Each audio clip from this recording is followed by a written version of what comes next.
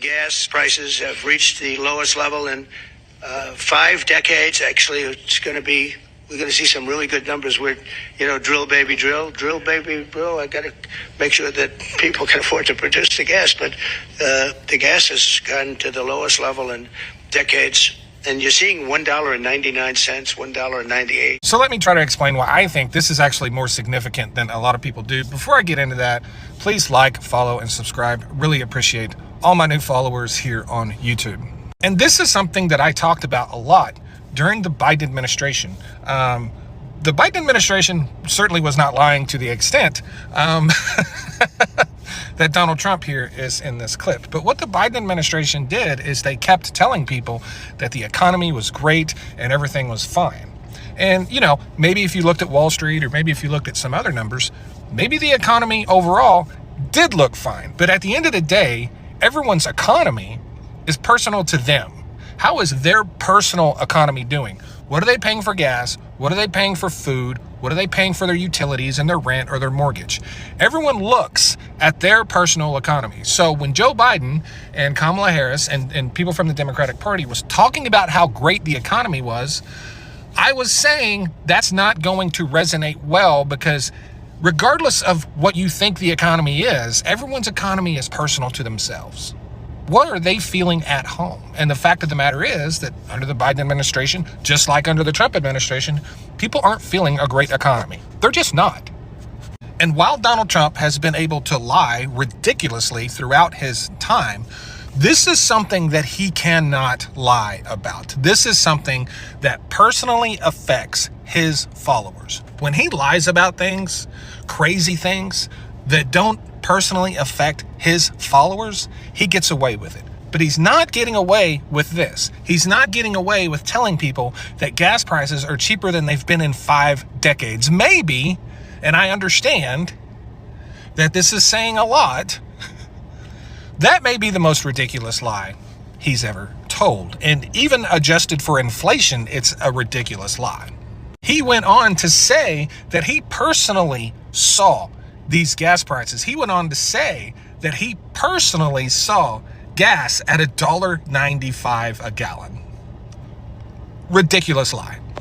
And this is reflected in a new Fox News poll that shows only 44% of Fox News poll approve of Donald Trump's handling of the economy and 55% oppose it. And that is because people see what gas prices really are. People see what their utility bills are, their rent, their mortgage, their food. They live it. They're feeling the squeeze. Hey guys, how you all doing? Welcome back again to the channel, and thank you so much for clicking to watch this video. So guys, do you think that gas prices has reduced to its lowest because people are still complaining? And here is the president saying that gas prices has reduced to its lowest. I don't know if you guys saw this particular video where Trump was saying that the prices of grocery shopping are super okay. That if you can spend like $600 per grocery shopping, that is super okay. And people were like, what are you even talking about? What are you even saying? Guys, like, the way the rich people think is quite different from the way a poor man think. Yeah, because there are some certain things outside there that is so expensive in the eyes of the poor, but in the eyes of the rich, they see it like it's so cheap, like it's very very cheap and affordable. But for the poor people, they might be finding it so difficult for them to afford that particular item. So here is the president of United States of America saying that the gas prices are super okay. And he is actually saying that people should stop complaining, that people should stop nagging, that people should stop saying that gas prices is expensive. So guys, what do you think? What do you think about this video? Do you think that the price of gas are super okay, or they are still expensive? Like, what are your thoughts? I'm going to be under the comment section waiting for you guys. So guys, welcome back again to the channel, and thank you so much for clicking to watch my video. So you watch the remaining clip of this video and let me know what are your thoughts. Let me know what you think about it in the comment section, and I'll be coming back with more commentaries. ICE in Connecticut is completely out of control. Just earlier this week, ICE agents forcibly entered the Stamford State Courthouse and violently detained 2 individuals inside. In the process, they knocked down a door, battered their way into a bathroom, and pepper sprayed an individual. At no point did they present a judicial warrant. Just yesterday in Norwalk, ICE was on police department property in the parking lot attempting to detain people as they were leaving the police station. Just to be clear, they had no legal right to be there. And when the chief of police told them to go, they finally left. Our courthouses are places to pursue justice and have your claims heard, not hunting grounds. And these violent, lawless, and frankly, unprofessional intimidation tactics by ICE are detrimental to the administration of justice and our public safety. If people are fearful of facing immigration consequences, if they report or act as witness to a crime or pursue their claims in court, they're simply not going to go. This means people won't achieve justice, crimes won't be reported or prosecuted, and criminals will roam free. Not to mention that our judicial marshals and people in the courthouse shouldn't have to be faced with violent arrests and the potential related dangers. If ICE wants to detain people they view as dangerous who are in our courthouses, they've got a simple remedy: get a damn warrant. It's something our state and local police in Connecticut do every day. My colleagues and I are investigating mechanisms for the state to reassert control over its courthouses, including by preventing federal immigration enforcement from entering without a judicial warrant to make arrests. If the judicial branch won't take action, we should. Our state courthouses and agencies have to be safe for everyone involved, and we as legislators have to take every step necessary and possible to make it so. Oh, MAGA, you're in trouble. Apparently there's a shortage of workers on the farm. But don't worry, MAGA. Brooke Collins, who heads agriculture, says that she has a solution. Seems like Trump and Brooke Collins have put their heads together and come up with a solution to solve the problem on the farms losing workers. Let's watch the video and see what Brooke Collins has to say to solve this issue. Or enough. There will be no amnesty. The mass deportations continue, but in a strategic way, and we move the workforce towards automation and 100% American participation, which again, with 34 million people, able-bodied adults on Medicaid, we should be able to do that fairly quickly. Thank you. Did you hear that, MAGA? They're saying if you're able-bodied and on Medicaid, you are going to work in the fields. MAGA, this is where it hits you. You're going to work in the fields. And you're going to see what it's like for these undocumented immigrants to come to America and work a hard day's labor in the American fields. Get ready to pack up Mima and Pop-Pop and put them on a bus and send them to the fields, MAGA. That's what you voted for, and that's what you deserve. Tell me what you guys think about this in the comments. Have a day. We want the museums to talk about the history of our country in a fair manner, not in a woke manner or in a racist manner, which is what many of them, not all of them, but many of them are doing. Our museums have an obligation to represent what happened in our country over the years, good and bad, but what happened over the years in an accurate way. The idea that the Smithsonian, which was created as an independent entity, should reflect any administration's vision of history and not the vision of the historians and the researchers and the other people who devote their lives to studying these things is more than problematic, I would say. So it's not a shock because we can see what's happening in other arenas, but it is something that's a departure from what should be expected, what is right, actually.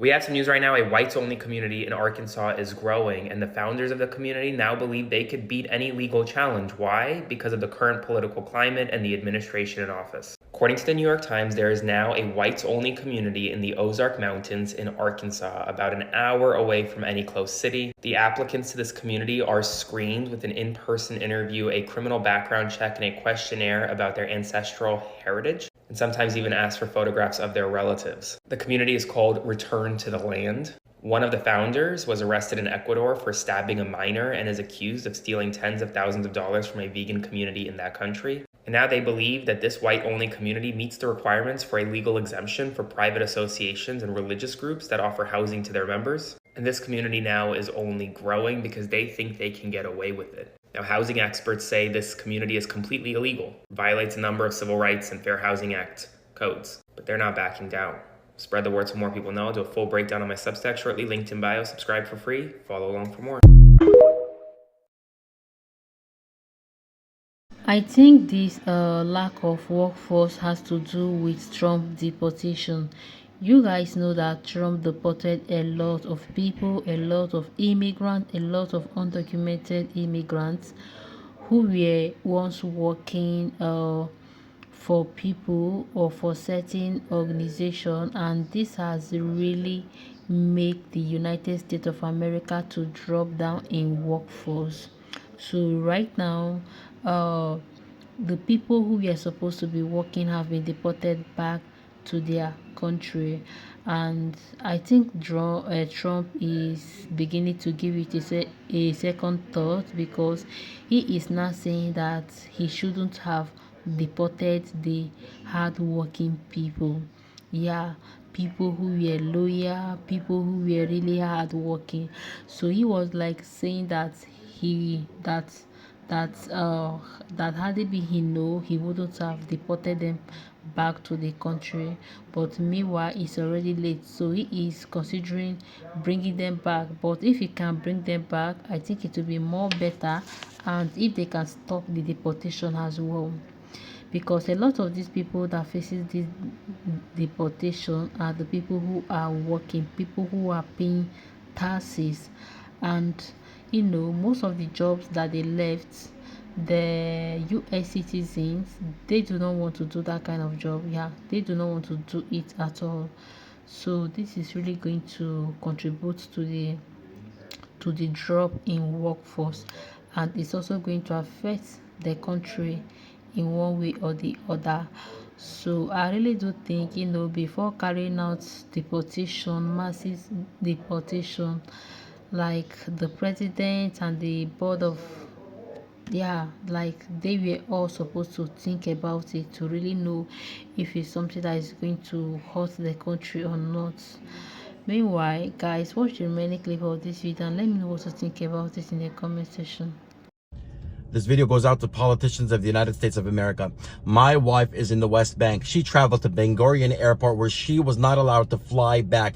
Israel has placed a restriction on travel for my wife for supposedly and unverifiably claiming that my wife is a critic of the state of Israel, in which she's never brought up the state of Israel. But I ask you, my wife is claimed to be a critic of Israel, but while her and my son were poorly treated as American citizens at Ben Gurion Airport, and my son told Israeli authorities that he's an American citizen, their response was, "Fuck America, we don't care." So as my wife is supposedly a critic of the state of Israel, how is it okay that Israel could be a critic of the United States of America, and it's just okay? As our politicians, you are constituents of your people, and you are supposed to work on behalf of your people in the domestic United States.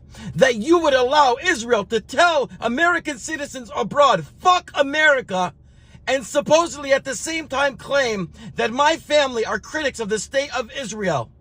My 14-year-old was told, "Do you know what we do to kids your age?" My son wanted to leave, and they tried to push him to do so. And they said, try. Here's the video. Yeah, why? We want to exit right now, so we're waiting for the passports. Why? Give us the passport. Okay. Why? Whatever. You are playing with them. I'm seeing you guys sitting and talking. Okay. So where are the passports? The passports. Meanwhile, the leaders, the security come take you out. My son was near water. They didn't let them drink an ounce of water. They claimed it's just security. They made my family miss their flight. My family arrived at Ben Gurion Airport at 7:45 p.m. on August the 14th, expecting to leave on their flight on August the 15th at 12 a.m., departing to Frankfurt, Germany, and then to JFK, but they never got the chance of claims of security. After everything was said and done, they said, here's your passports, after their flight has long gone, and told them, get back into the streets. My family are American citizens. I, as an American citizen, when I'm born in Flushing Queens Hospital in New York City, an American citizen, trust that my wife is going to leave on an American passport to Palestine and treated poorly and now restricted travel back to the United States of America. What kind of freedom do I get as an American? What kind of freedom do I get as a Palestinian? None. I call on you politicians to tell me, do you believe Israel when they say fuck America? Because if you don't do anything now and release this bullshit restriction on my wife, then you agree with Israel that it's fuck America and love Israel. I don't want to hear any of you critics. I'm an American man with American children waiting at home for their American mother and their American brother. They need to be home now. I don't need to have unforeseen thoughts of when my family may or may not come back. I don't need Israel's games. This goes out to all the politicians. Get my family home, restrict this travel ban, and do it now. This man is desperate. He really, truly is. He is a desperate man. He's a desperate criminal, is what he is. And you may think that that's irrelevant. You know he's a criminal, but his crimes are irrelevant now because the Supreme Court has given him immunity. But that's not true. They've given him a certain degree of immunity. That's certainly true.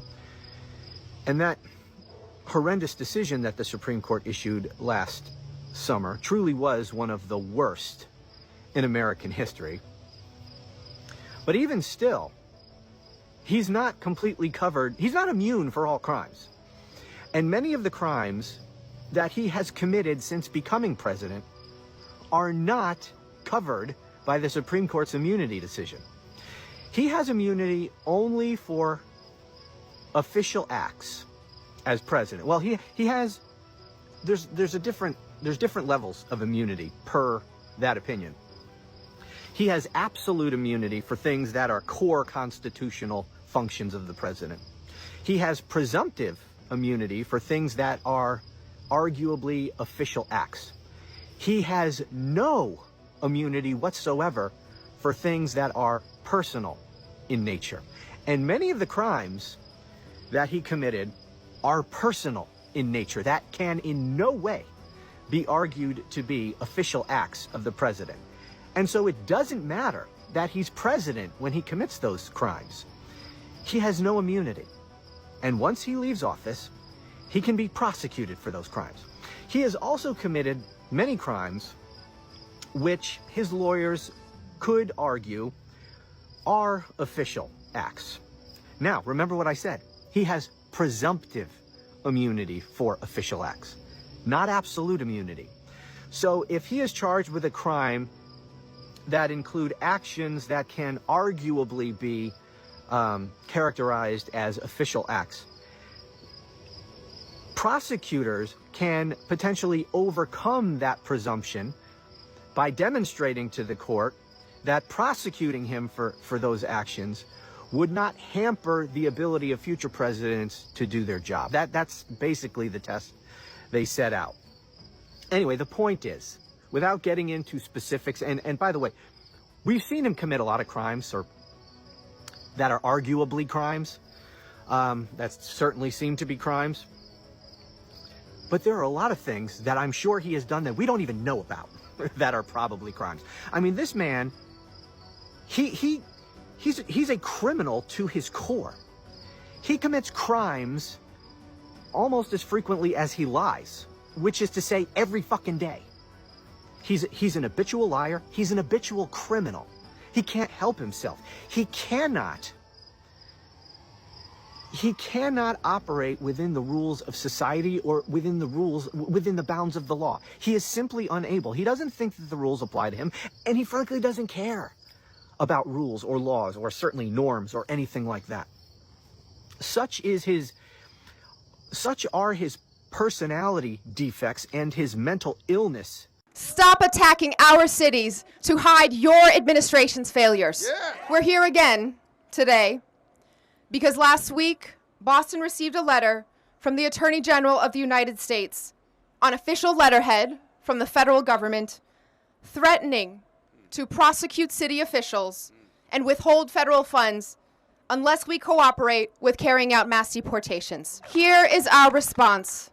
Stop attacking our cities to hide your administration's failures. Yeah. Unlike the Trump administration, Boston follows the law.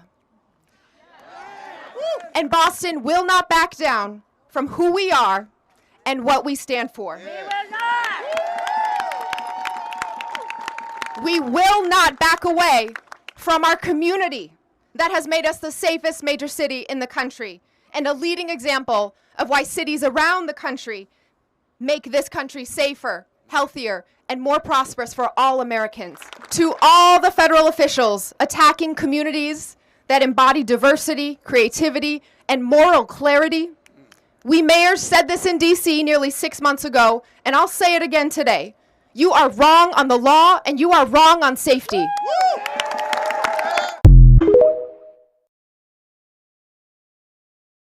Guys, thank you so much for watching this video. Let me know what are your thoughts. Let me know what you think about it in the comment section. Please don't forget to give it a like and don't forget to subscribe to my channel.